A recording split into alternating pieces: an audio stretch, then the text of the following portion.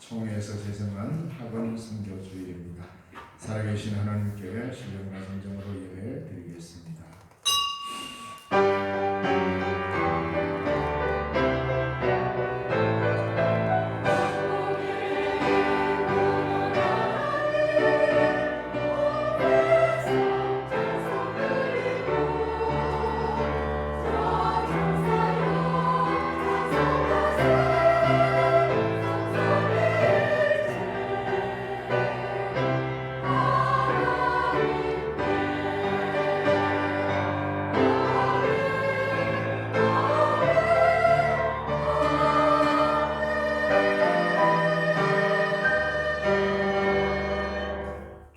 여호와께서는 높이 계셔도 낮은 자를 두어 살피시며 멀리서도 교만한 자를 아심이니이다. 내가 환난 중에 다닐지라도 주께서 나를 살아나게 하시고 주의 손을 펴사 내 원수들의 분노를 막으시며 주의 오른손이 나를 구원하시리이다. 아멘. 찬송과 영광과 존귀를 세세무궁토록 받으시기에 합당하신 우리 하나님 아버지, 이 시간 귀하고 복된 주일을 우리에게 허락하셔서 주의 전으로 이끌어 주시고 성령에 이끌려 예배의 자리에 저희들의 부름을 받아 찾아오게 하시니 감사합니다. 이 시간 주님께 올려드리는 예배 주님에게 연락되게 하시고 하나님께는 한없는 영광이요 우리에게는 더할 나위 없는 귀한 은혜의 시간이 되도록 주님 인도하여 주시옵소서. 이 땅에 주의 몸된 교회들 위해 함께하여 주시고 이 시간도 전국 방방곡곡에서 주님의 이름으로 앞에 모여 예배하는 이 모든 예배를 흠량하시고 하나님의 크신 은혜로 더하여 주시옵소서. 특별히 감사합니다. 우리 대한민국에 많은 학교가 있습니다. 이 학교가 아름다운 선교의 장이 될 수 있도록 하나님 길을 열어주시고 다음 세대들을 아름답게 믿음의 자리로 이어갈 수 있는 길들이 열려지도록 하나님의 능력을 베풀어 주시옵소서. 이 일에 주의 몸된 교회가 힘을 다해 협력하여 성을 이루어가도록 친히 인도하여 주시옵소서. 오늘 우리가 드리는 이 귀한 예배 우리 하나님 연락하시고 우리에게는 은혜의 시간, 순서마다 성령님이 동행하는 시간 되게 하옵소서. 예수님 이름으로 기원하옵나이다. 아멘. 교회 찬송 찬송가 88장입니다.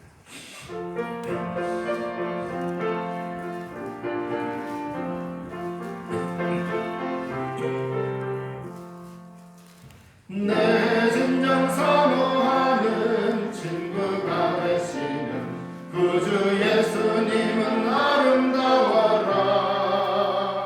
산 밑에 백합하여 빛나는 새벽별 주님 영원할 길 아주 없도다. 내 맘이 아플 적에 큰 위로 되시며 나 외로울 때 좋은 친구라. 주는 저 산 밑에 백합 빛나는 새벽별 이 땅 위에 비길 것이 없도다. 내 맘의 모든 염려 이 세상 고랑도 주님 항상 같이 하여 주시고 시험을 당할 때에 악마의 대결을 즉시 물리치사 나를 지키네. 온 세상 날 버려도 주 예수 안 버려 끝까지 나를 돌아보시니. 주는 저 산 밑에 백합 빛나는 새벽별 이 땅 위에 비길 것이 없도다.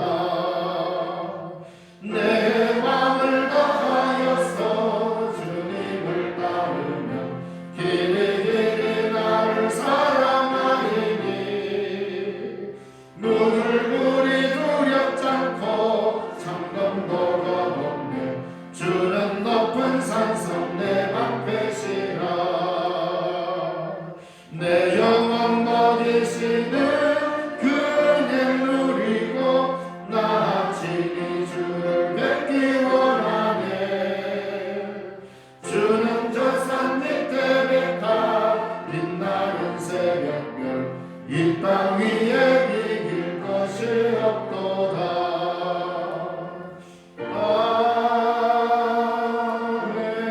아멘.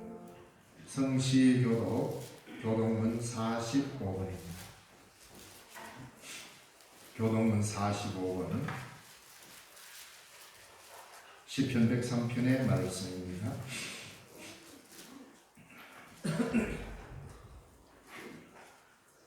내 영혼아 여호와를 송축하라.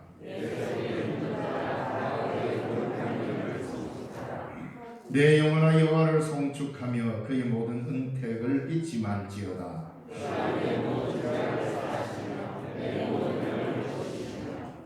내 생명을 파멸해서 속량하시고 인자와 긍휼로 관을 씌우시며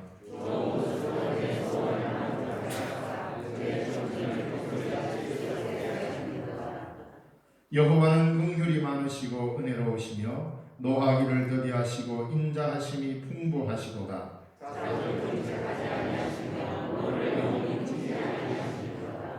우리의 죄를 따라 우리를 처벌하지 아니하시며 우리의 죄악을 따라 우리에게 그대로 갚지는 아니하셨으니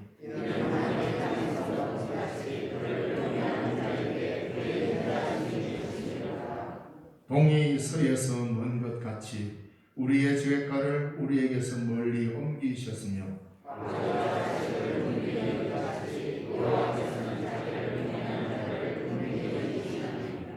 이는 그가 우리의 체질을 아시며 우리가 단지 먼지뿐임을 기억하심이로다. 아멘. 나는 전능하신 아버지 하나님 천지의 창조주를 믿습니다. 나는 그의 유일하신 아들 우리 주 예수 그리스도를 믿습니다. 그는 성령으로 잉태되어 동정녀 마리아에게서 나시고 본디오 빌라도에게 고난을 받아 십자가에 못 박혀 죽으시고 장사의 지 사흘 만에 죽은 자 가운데서 다시 살아나셨으며 하늘에 오르시어 전능하신 아버지 하나님 우편에 앉아 계시다가 거기로부터 살아있는 자와 죽은 자를 심판하러 오십니다. 나는 성령을 믿으며 거룩한 공교회와 성도의 교제와 죄를 용서받는 것과 몸의 부활과 영생을 믿습니다. 아멘. 헌신 찬송 찬송가 545장.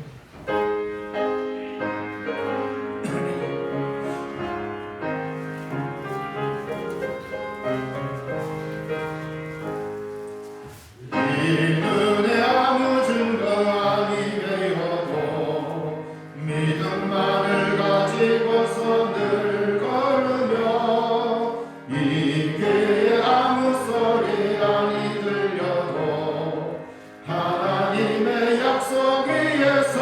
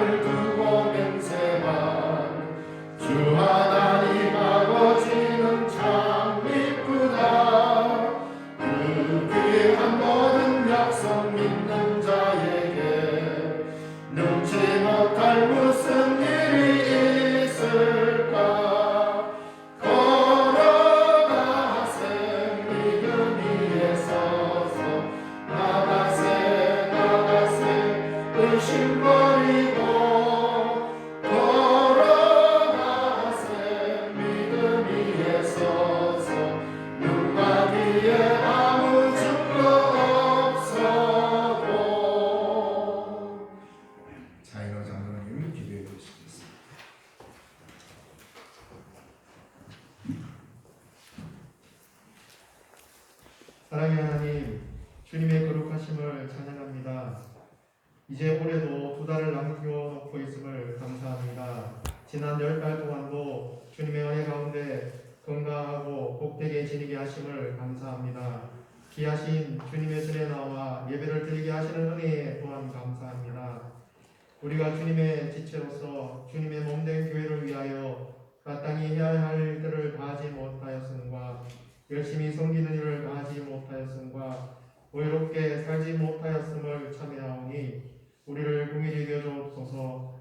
거짓이 많은 세대 속에서 진리의 허리띠를 던들이 매지 못하였으며 불의한 세상에서 신실한 언행으로 일관하지 못한 우리의 삶을 용서하여 주옵소서.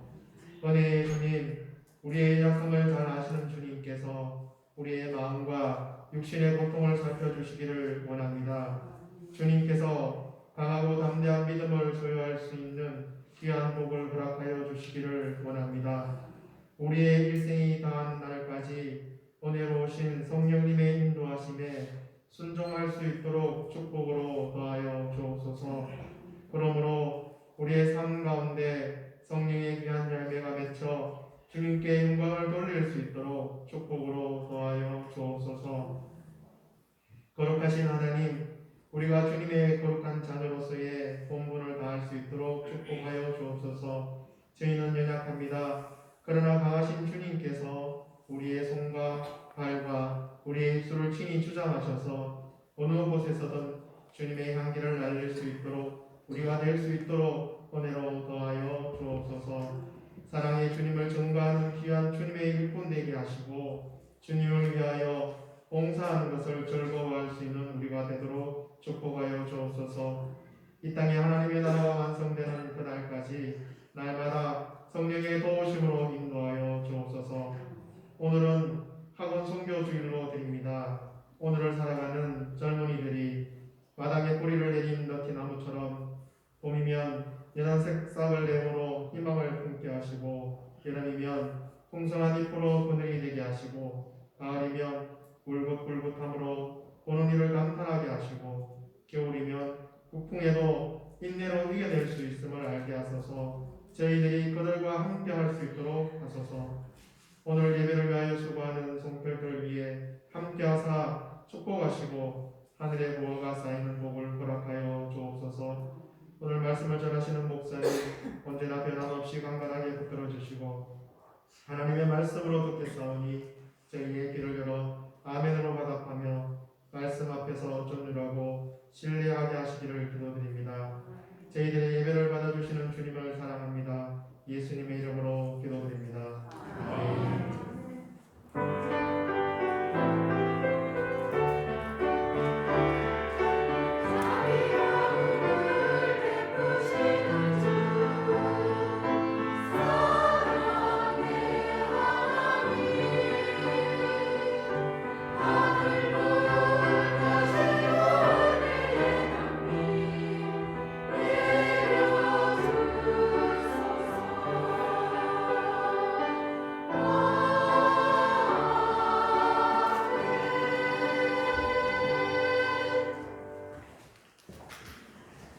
이 시간 우리에게 주시는 하나님의 말씀은 신약성경 로마서 7장 21절에서 8장 2절까지 말씀입니다.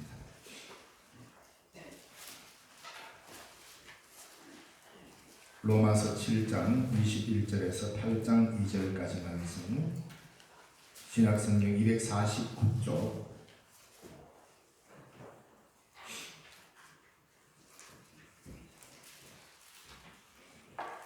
봉독해 드리겠습니다.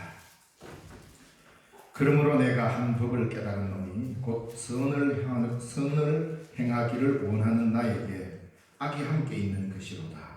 내 속사람으로는 하나님의 법을 즐거워하되 내 지체 속에 한 다른 법이 내 마음의 법과 싸워 내 지체 속에 있는 죄의 법으로 나를 사로잡는 것을 보는도다. 오라 나는 공고한 사람이로다.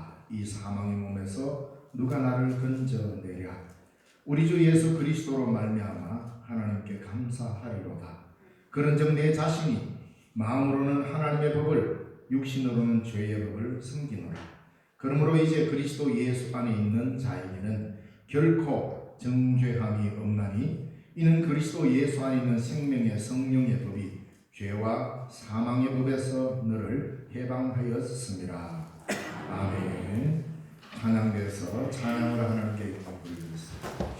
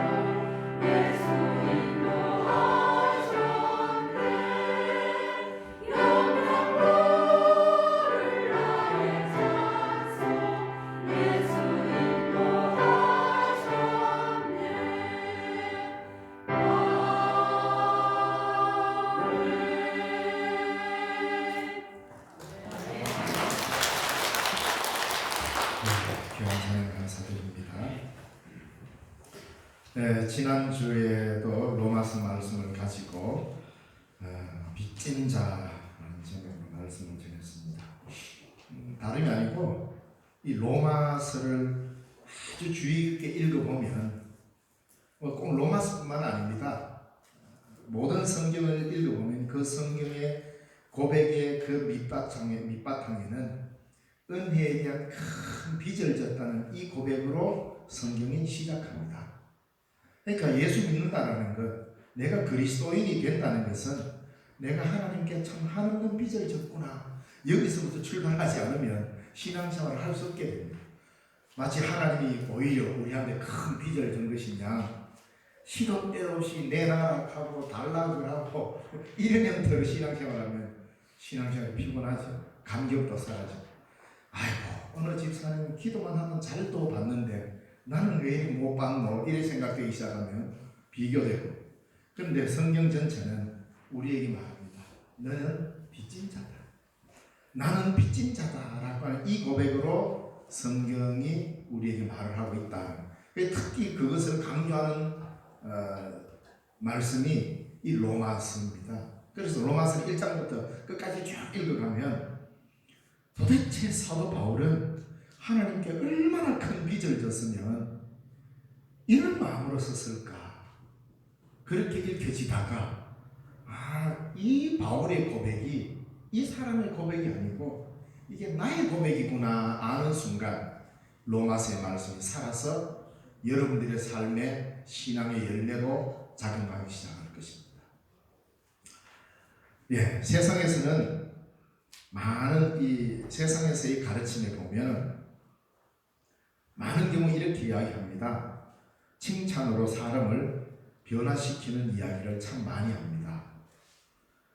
칭찬이란 정말로 사람을 변화시키는 능력을 가지고 있습니다.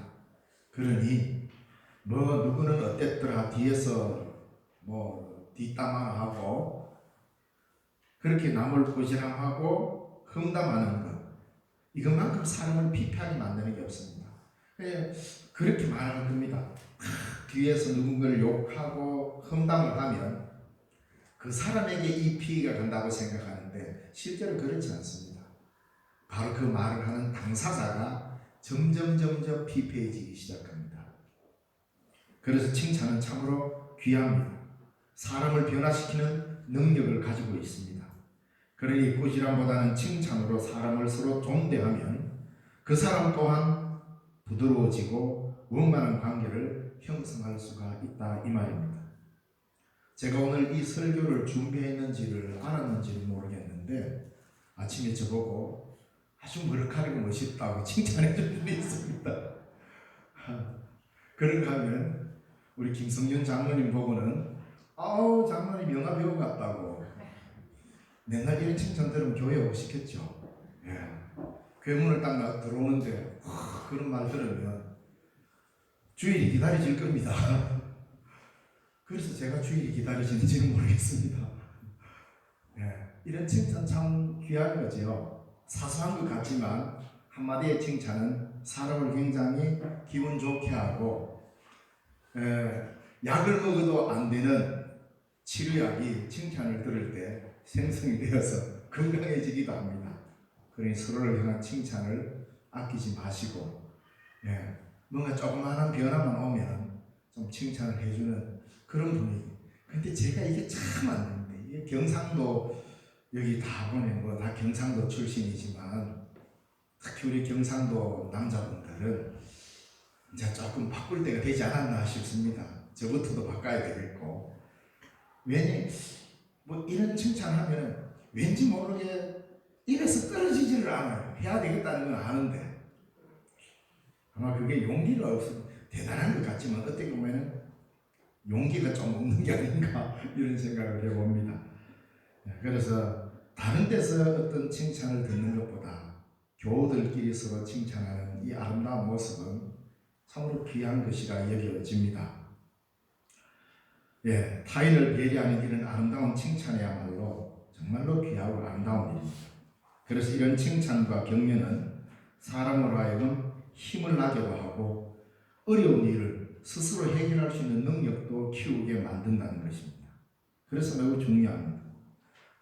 너무나도 힘든 어려운 길을 가고 있는 사람에게 칭찬 한마디로 아무것도 아닌 것처럼 여기고 이겨낼 수 있는 힘도 나게 만드는 게 칭찬입니다.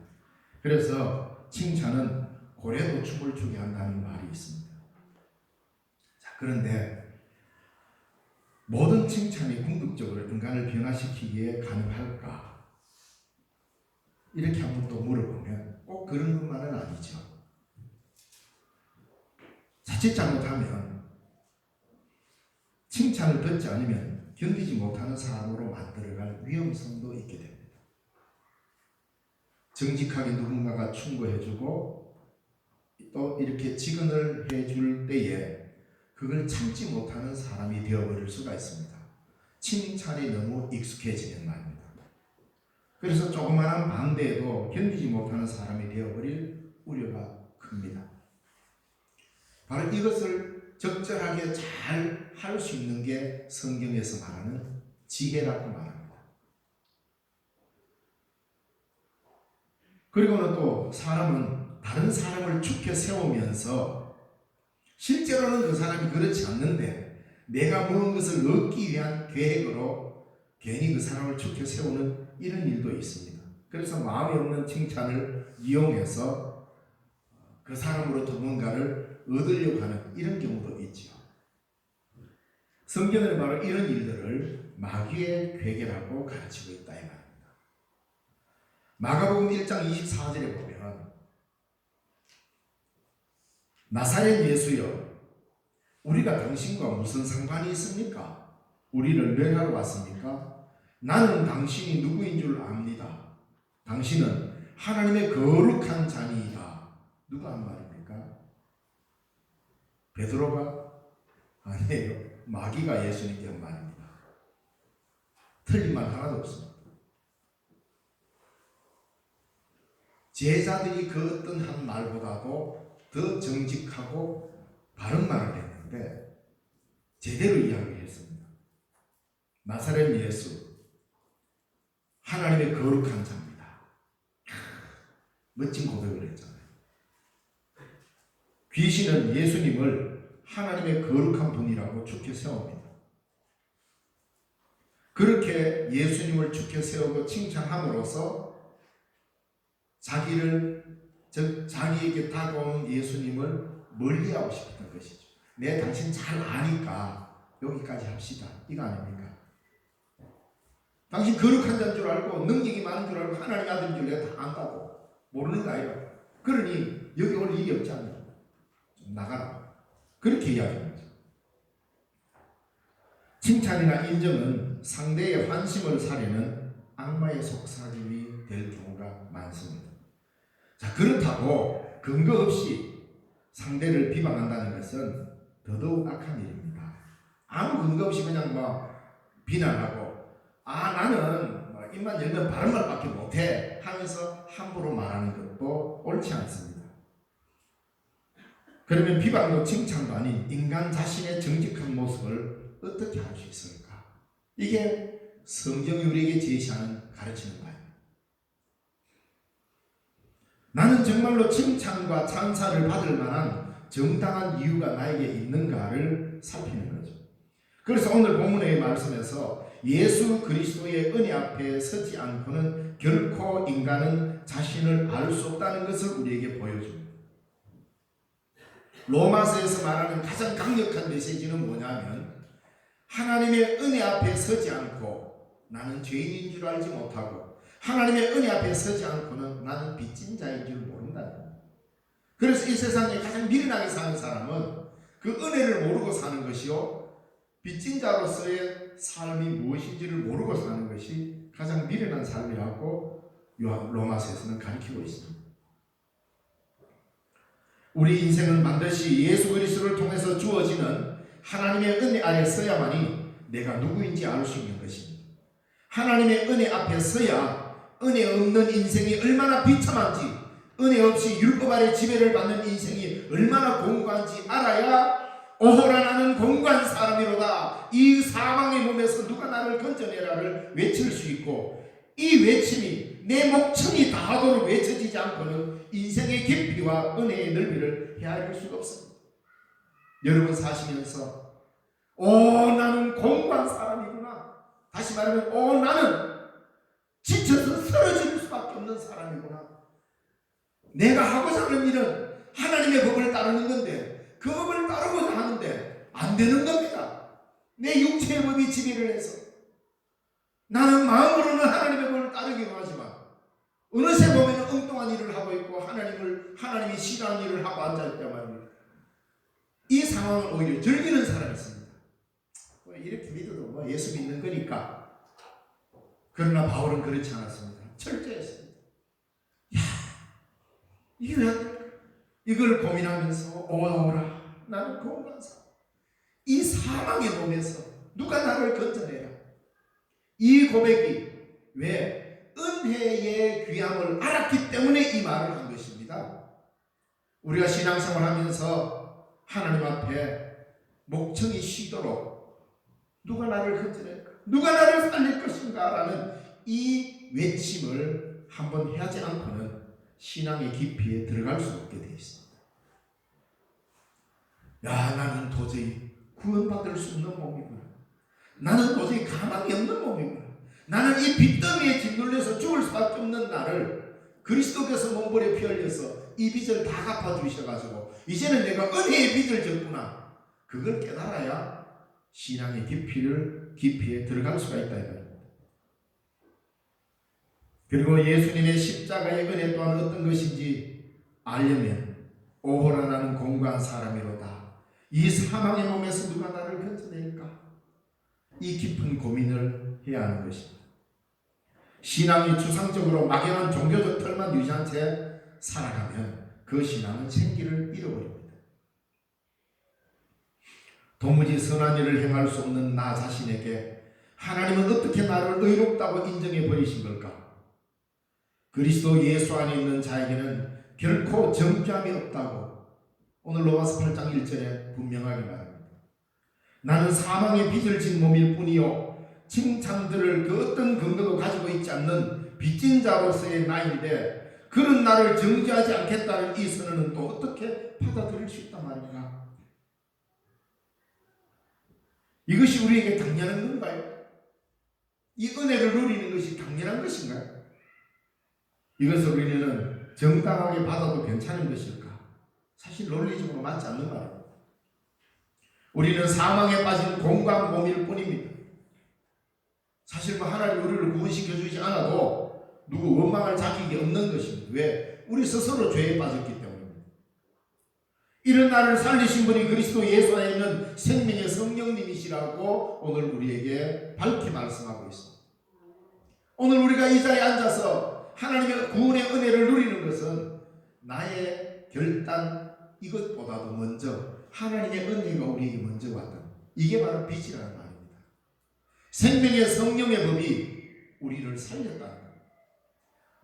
나를 살릴 만한 근거가 있어서 내가 그만한 일을 해서가 아니라 하나님의 은혜가 우리에게 먼저 와버렸다. 하나님은 우리에게 인생을 어떠한 공로를 보지 않고 먼저 그분의 은혜를 우리에게 부어버립니다.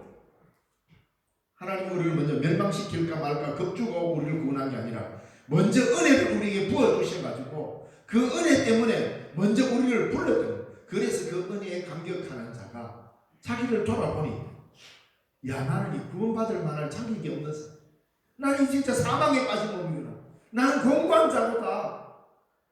하나님의 은혜가 내게 임해서 은혜의 삶을 살아야 되는데 여전히 구원받은데도 불구하고 내가 원하는 대로 살려고 하는 내 욕심이 자꾸 나오니 위대했던 사도 바울도 그랬다 이 말입니다. 오늘 우리만 그런 게 아닙니다. 바울같이 위대한 사도도 하나님의 복음을 전하고 은혜의 삶을 살기로 그렇게 결단하고 살았는데 불쑥불쑥 자기 욕심이 나오고 자기 육체의 생각이 나오고 그래 살았거든요. 그래서 이게 참 우리 인생이라는 게 내 마음대로 되는 게 아니구나를 뼈저리게 그 은혜의 대면에서 볼 때 크게 느껴졌던 것이죠. 그러나 이 은혜를 모르면 내가 사는 게 어떻게 사는지를 잘 모릅니다. 우리는 철저히 나 자신이 망할 수밖에 없는 나, 오호라 나는 공고한 사람이로다. 나는 사망의 몸에 빠졌구나. 누가 나를 살려낼고 나를 살려줄 사람을 이 지상에서 찾아보니 아무도 없다는 걸 깨닫고 절망했던 이 사람. 이 절규가 2000년 전 한 사도의 외침만이 아니라 바로 나 자신의 절규가 되어야 구원의 감격이 내 삶의 현실이 되는 것입니다. 내가 죄인인 줄도 모르는데 구원이 실감날 수 있겠습니까? 내가 죽어가는지도 모르는데 살려고 발버둥 치겠습니까? 내가 물을 빠져 깔아앉고 있는 줄도 모르는데 살려달라고 외칠 수 있겠습니까? 우리는 철저히 은혜 밖에 있는 나의 모습의 비참함을 깨달아야 구원의 감격을 노래할 수 있게 되는 것입니다. 그런데 우리는 신앙을 굉장히 감상적으로 합니다. 그러다 보니 하나님의 나라도 나의 구원도 더 나아가 나의 죄도 막연하게 생각해버립니다.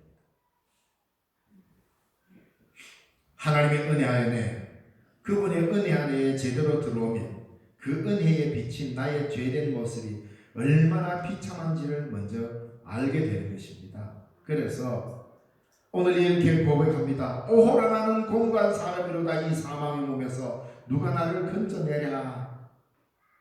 이 절규는 구원받기 전에 바울의 목소리가 아닙니다. 구원받은 하나님의 생명의 성령의 법에 의해서 복음을 전하는 세계 만방을 누비는 그 바울의 고백입니다. 이 고백을 해야만이 구원받는 게 아니라 하나님의 은혜의 구원의 속에 들어오게 되면 그 은혜 앞에 내가 얼마나 연약한 존재인지, 얼마나 비참한 존재인지를 발견하게 되고, 이런 비참한 나를 향하여 주님이 쏟아부어 주시는 그 사랑과 은혜의 크기가 얼마나 큰지 그 다음에 알게 된다는 말입니다.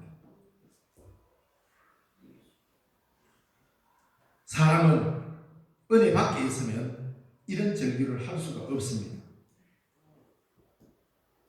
여기서 우리가 신학적으로 교리를 원하자는 것은 아닙니다. 우리 개혁교회, 우리는 대한예수교 장로회입니다. 저는 개혁교회 목사고 개혁교회 신학자고, 그렇기 때문에 참 성경을 정말로 신학적으로 체계적으로 지금 현재도 마찬가지입니다. 가장 신학적 체계를 잘 세워가는 교회가 개혁교회입니다. 뭐니 해도 물론 다른 교파에 있는 사람들은 또 그러겠죠. 그렇지만 우리 개혁교회 쪽에서 신학적인 이 틀을 탁 잡아서 해놓으면 그걸 가지고 다른 데서 많이 이렇게 또 운영을 합니다. 종교개혁을 일으킨 대표적인 두 사람 이야기하면 루터와 칼빈 아닙니까? 루터교에서는 내가 죄인인 것을 아는 것은 율법으로 말미암아 죄인을 안다고 그랬어. 하나님의 율법 앞에 내가 딱 서보니까 내가 죄인인 거야. 이 율법을 하나도 지킬 수 없다는 죄인으로 발견된 거예요. 그러니까 내가 죄인 되었다는 것은 하나님의 율법 앞에 섬으로써 이 율법을 지킬 수 없는 죄인이구나 알게 되고, 그 죄인임을 발견되면서부터 자기 죄가 드러나니까 회개를 한다라고 이렇게 해요. 틀린 말은 아닙니다. 여기서 틀리다 맞다. 그런데 우리 장로교를 세우신 칼빈, 그리고 그 칼빈을 뒤이어서 가장 칼빈을 칼빈답게 재해석한 칼바르트는 아니다. 루터는 율법과 복음을 이야기했습니다. 율법이 먼저 와서 죄인임을 깨닫게 하고 그리고 복음을 받아들이겠다. 이게 루터교입니다. 근데 우리 장로교는 그렇지 않습니다. 그걸 바꿔요. 여러분, 칼빈 대단합니다. 루터가 율법과 복음이다 이랬는데 칼빈은 아니요, 복음과 율법이라 그랬어요. 우리에게 율법이 먼저 온 게 아니라 복음이 먼저 왔다. 대단한 통찰입니다, 여러분. 바로 그런 것을 주장하는 개혁교회 후예들이 여러분입니다. 이것을 20세기의 교부라는 칼바르트가 바로 복음과 율법이 성경적이라는 것을 교리와 체계화시킵니다. 뭐냐 하면 우리가 율법 앞에 섰을 때 죄인임을 발견하게 되는데, 그런데 그 율법을 우리 앞에 먼저 세워서 나를 발견하게 한 것은 복음이 먼저 왔기 때문입니다. 그래서 우리는 은혜라, 그렇게 발견되는 그 상황마저도 먼저 하나님의 은혜로 온 것이라는 겁니다. 그래서 은혜의 우선성을 이야기합니다. 하나님은 우리를 구원하기 위해서 먼저 율법을 제시한 게 아니라 먼저 은혜를 제시합니다. 그래서 칼빈은 율법의 제3사용이라고 말합니다. 무슨 말이냐니, 하나님의 은혜의 복음 앞에 내가 그 은혜의 빚진 자로서 확 들어가고 나니, 이 큰 은혜를 받고 나니 내가 하나님의 나라를 위해서 해야 될 일들이 체계적인 목록이 세워질 때, 이게 율법이라는 거죠. 그래서 우리는 구원받기 위해서 주의를 지키는 게 아닙니다. 구원받기 위해서 11조를 하는 거 아닙니다. 구원받기 위해서 헌금하고 구원받기 위해서 선한 일을 하는 게 아닙니다. 우리는 구원을 받았기 때문입니다. 구원을 받았기 때문에, 은혜의 백성이 되었기 때문에, 구원받았기 때문에 그 감격을 가지고 우리에게 제시하는 여러 가지 율법적 소양들을 지켜나가는 겁니다. 이게 우리 장로교의 특징입니다. 그런데 이게 헷갈리면 제가 어릴 때 자주 이야기했죠. 주일 한 번 빠질 때마다 하나님께서 천국 가는 계단을 하나씩 빼버린다 이놈아. 이래가지고 그게 겁이 나가지고 빠지지는 않았지만 야 그걸 어떻게 건너뛸까.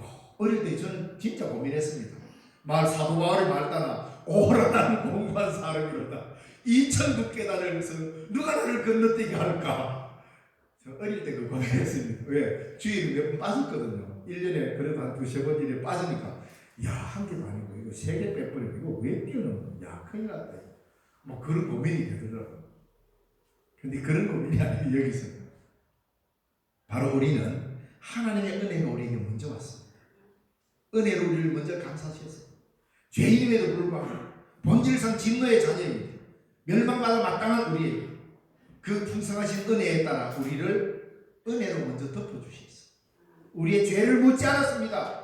너는 이런 죄인이야. 너는 이런 나쁜 사람이야. 묻지 않았습니다. 흔히 보험 선정할 때까지 묻지도 않고 따지지도 않습니다. 하나님은 우리를 묻지도 않았습니다. 죄인임을 묻지도 않고 얼마나 악독한 사람인지 따지지도 않았습니다. 그냥 먼저 그 크신 은혜로 우리를 뒤엎었습니다. 그래서 그 은혜로 말미암아 이 은혜 속에 들어가고 보니 내가 이 은혜를 받을 만한 사람이 아니라는 걸 알게 되고 그 은혜 속에 빠지고 보니 야 내가 이거 정말 형편없는 사람이구나를 은혜 속에서 알게 된 거예요. 나는 이 용서를 받을 사람이 아니고 내가 이 사랑을 받기에 도저히 감당할 수 없는 사람이구나. 오라 나는 망하게 되었구나. 이 상황에서 누가 나를 건져내나. 돌아보니 생명의 성령의 법이 이미 나를 그리스도인 되게 만들었다는 거예요. 이 놀라운 은혜 속에 우리가 들어있는 것 아닙니까? 그러니 우리는 그저 좋은 말만 들으려고 또 재미있는 소리만 즐기려고 하고 칭찬만 들으려고 하고 높여주면 좋아하고 그래서 그것이 인생을 속이는 것인 줄도 모르고 그냥 내달리다가 정작 자신이 죄요인에 죽어가는 줄도 모르고 살아갈 때 얼마나 많습니다. 구원의 은총이 얼마나 귀한 것인지 알아야 내가 공부한 사람인지 알게 됩니다. 이게 은혜의 우선성이라 말입니다. 내가 빚을 진 사람이라는 사실을 알아야 은혜가 얼마나 큰지를 아는 사람입니다. 지난주에도 말씀드렸습니다. 우리는 나를 짓누르는 빚더미가 아니라 나를 해방시켜준 그 빚을 진 사람들이라 이 말입니다. 오늘 우리도 하나님의 큰 빚을 지고 살아갑니다. 내가 그 빚 때문에 죽어야 됐는데 그리스도께서 그 빚을 다 탕감해 주시고 그 빚을 대신 지시고 죽으셨기 때문에 우리는 살아나는 생명의 빚을 진 사람들이다 이 말입니다. 나는 지금 사망의 몸에 빠져 있구나. 은혜 속에 있지만 나라는 인간은 여전히 사망에 빠져 있었던 몸이구나. 야, 이 은혜가 아니면 정말 나는 이 공고한 사람이고 나를 건져낼 자가 없구나. 그리스도의 은혜가 아니면 나는 살 수 없구나. 오직 예수님밖에 없구나. 예수 없이 은혜 없이 나는 아무것도 아니구나 하는 것을 깨달아야 나의 무가치함을 알면서 동시에 하나님 안에서 내가 얼마나 값진 존재인지를 알게 되고 빚진 자로서의 은혜 안에서 살게 되는 것입니다. 그러니 인간적인 얄팍한 칭찬보다 하나님의 은혜 안에 있는 나로서 나 자신을 발견하는 것, 이것이 오늘 이 본문의 말씀 우리에게 가르치는 바입니다. 나를 위해 하늘 보좌를 버리신 예수님의 그 은혜를 알게 되는 것이라 이 말입니다. 높은 자리, 귀한 대접 받아야 우리는 인생의 의미를 느낄 때가 많습니다. 그러나 이미 여러분은 그리스도 예수 안에서 용납된 자들입니다.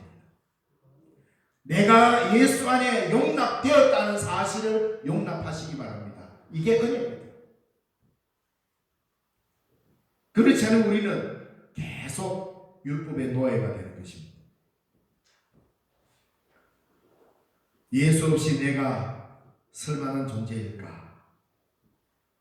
여러분 기도의 자리에서 언젠가 은혜의 깊이를 알면 알수록 은혜의 깊이와 은혜의 넓이를 알면 알수록 오호라 나는 공부한 사람이구나.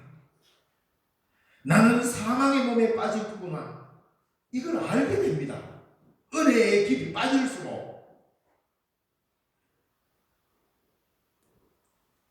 그 깊이를 알아야 예수의 은혜를 알게 되는 것입니다.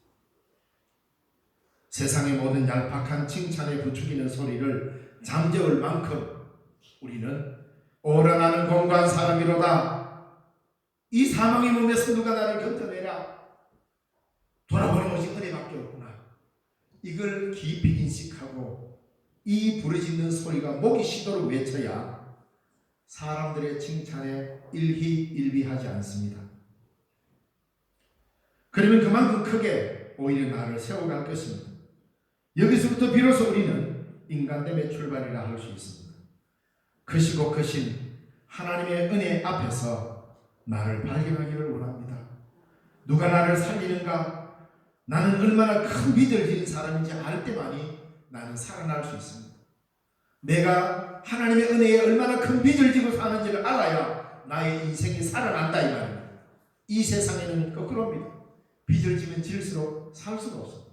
그러나 그리스도의 크신 은혜를 알고 그 빚이 얼마나 큰지를 아는 알수록 우리는 생명을 누리게 되어 있습니다. 그리고 이런만 한다고 해서 서로 간을 향한 진심 어린 칭찬을 거두면 안 됩니다. 성도 간의 아름다운 칭찬으로 사람다움이 세워지는 그런 교회가 되어야 됩니다.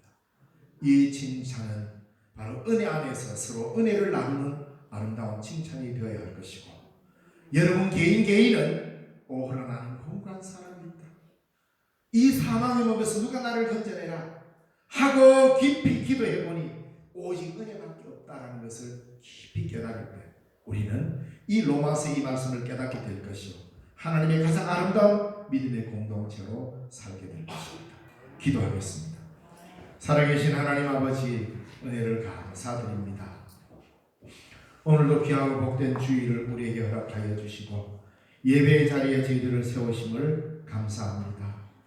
아무리 돌아보아도 우리는 하나님의 그 빚을 갚을 수 없는 자이고 평생 갚아도 다 갚을 수 없는 큰 빚을 진 자로서 언제나 은혜의 빚진 자로 하나님 앞에 살게 하시고, 그래서 이 은혜의 빚을 갚기에도 너무나도 부족한 공고한 사람으로 나를 알아 언제나 겸손하게 그리고 서로 칭찬하며 아름다운 공동체를 이루며 살아갈 수 있도록 우리를 지키시고 성령 하나님이 친히 인도하여 주옵소서. 예수님 이름으로 기도드리옵나이다. 아멘. 찬송가 93장 찬송하겠습니다.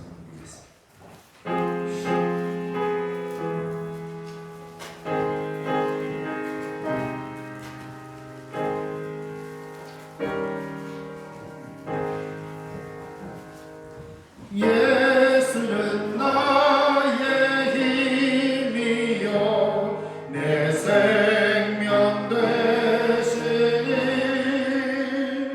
구주 예수 떠나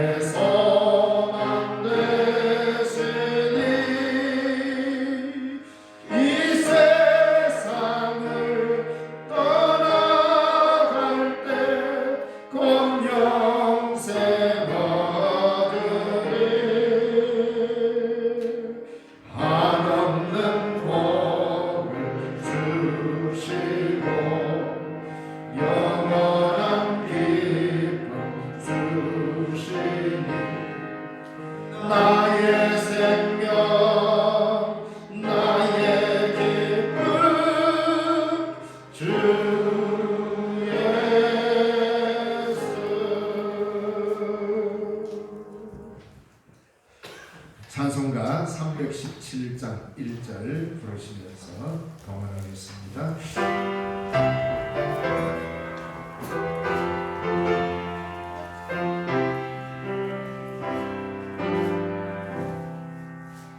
내 주 예수 주시는 은혜 하나뿐만 내 주 앞에 기다려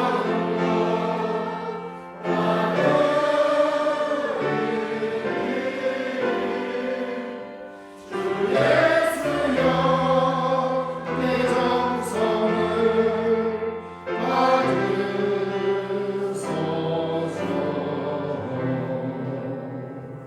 기도하겠습니다. 살아계신 하나님 아버지, 그 은혜와 그 사랑 감사합니다. 오늘 이 시간 주 앞에 나와 예배하면서 그 사랑과 그 은혜에 감사하여 주님 앞에 귀한 예물과 함께 드립니다. 먼저 우리 자신을 주님 앞에 내려놓습니다. 우리를 받으시고 우리의 예물을 분양하여 주시옵소서. 11조로 구별하여 드리는 소중한 손길에 축복하시고 그의 산업과 일터와 가정이 하나님의 은혜를 받아 누리기에 부족하지 않게 하여 주시며 공동체에 대한 책임을 감당하는 이 아름다운 모습 위에 복의 복을 다하시옵소서. 범사에 감사하여 귀한함을 드립니다. 언제나 감사할 조건이 많아지도록 하나님께서 크게 축복하여 주시옵소서. 또 아버님 추도를 하게 됨을 하나님 앞에 감사의 물로 드립니다. 아름다운 신앙의 유산을 잘 물려갈 수 있도록 주님 도와주시고 그 가정이 언제나 예수 믿는 복된 가정으로 살아가게 복내려 주시옵소서. 예배에 참석하게 됨을 감사하여 귀한 은혜를 드립니다. 그 발걸음이 복되게 하시고 하나님 나라 이어지는 그날까지 주의 전을 찾는 열심 있게 하시고 예배자로서 주님 앞에 굳건히 서게 하옵소서. 도예학교 후원금으로 드립니다. 예물도 받으시고 다음 세대들을 귀하게 보고 그들을 위하여 그들의 장래를 위하여 드리는 귀한 예물이 오매 하나님 나라를 위하여도 아름답게 쓰임받게 하여 주옵소서. 주 이름 금으로 드립니다. 헌신하는 많은 손길들이 있습니다. 교사로 또 찬양대로 주방의 봉사로 교회 미화로 또 여러 곳에서 찬양 봉사하며 아름답게 섬기는 많은 손길들 곳곳에서 숨은 손길들도 주님 기억하여 주셔서 그 손길로 인하여 우리 신령중앙교회가 아름답게 세워짐을 알게 하시고 복내려 주옵소서. 이 예물을 관리하는 자들에게도 주의 크신 은혜를 덧입혀 주시고 지혜롭게 하옵소서. 주의 몸된 교회가 물질의 핍절함을 들지 않도록 하나님이 도우시고 복내리시옵소서. 주 예수님 이름으로 감사기도 드리옵나이다. 아멘.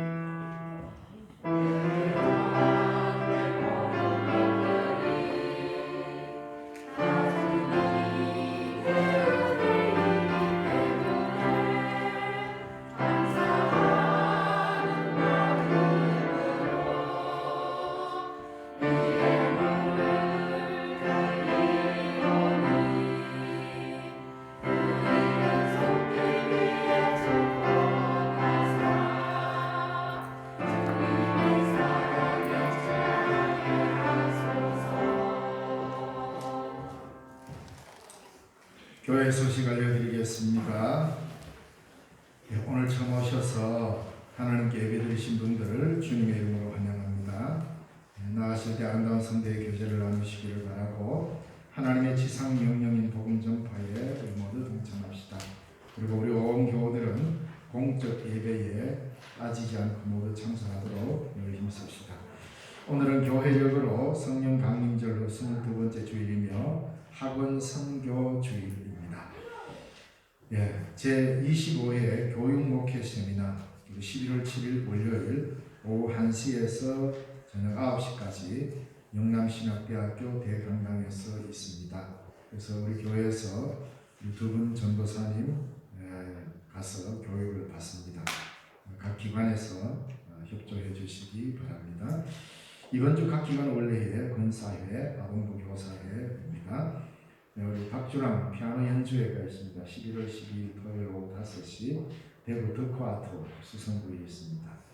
관심 가져주시면 고맙겠습니다. 영천시 연합당의 야외가 11월 10일 목요일 내장산 있습니다. 경동로의 장로회 총회가 11월 12일 토요일 오전 10시 30분 희명기념관에서 있고 경동로의 목사회 친목회가 11월 7일 월요일 국립검사회에서 있습니다. 그리고 오늘 점심은 우리 구순을 맞이하신 우리 장비조 권사님께서 점심 식사를 우리 온 교우들에게 대접합니다. 그래서 식사 전에 간단하게 축하의 시간을 간단하게 가지려고 합니다. 그래서 구순으로 인해서 우리 장기조 권사님 가족 혹시 오신 분 계신지? 한번 자리에서 일어나주세요. 감사합니다. 감사합니다.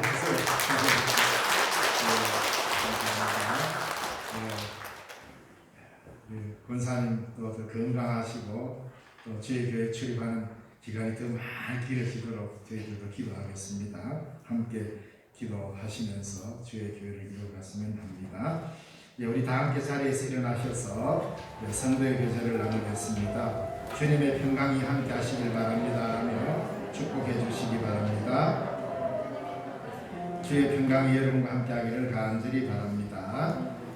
우리 파송의 찬송 난 행복한 사람 찬양 드리겠습니다. 내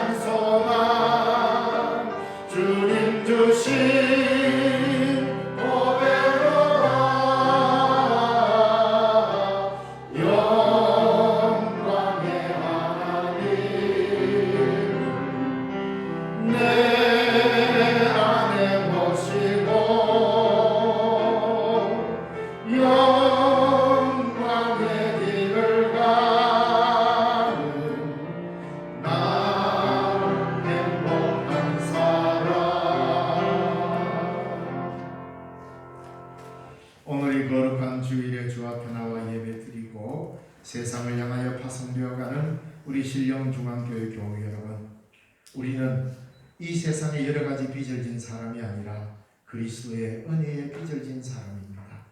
세상 사람들과 다르게 살아야 되는 이유는 딱 한 가지입니다. 바로 하나님으로부터 은혜에 빚진 자라는 사실을 깊이 인식하면 할수록 우리의 삶은 더욱더 그리스도께 붙잡힌 바 되게 될 것입니다. 그래서 밖에 나가서 우리는 담대히 외쳐야 합니다. 나는 예수의 사랑에 빚진 자다. 주님의 은혜에 빚진 자다.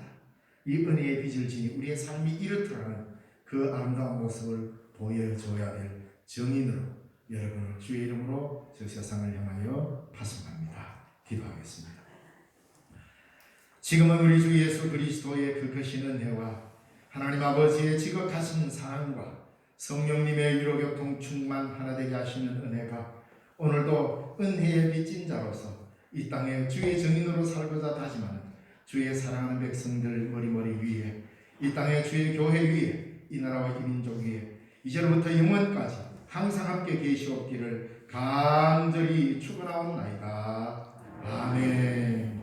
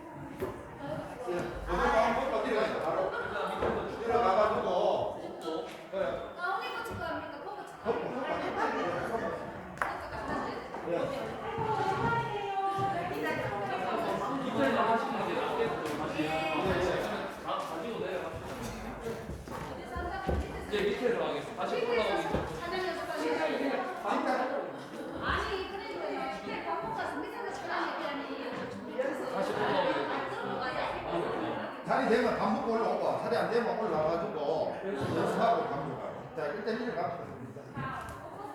예, 일단 뭐. 그대로 놔둬 봐야 돼요.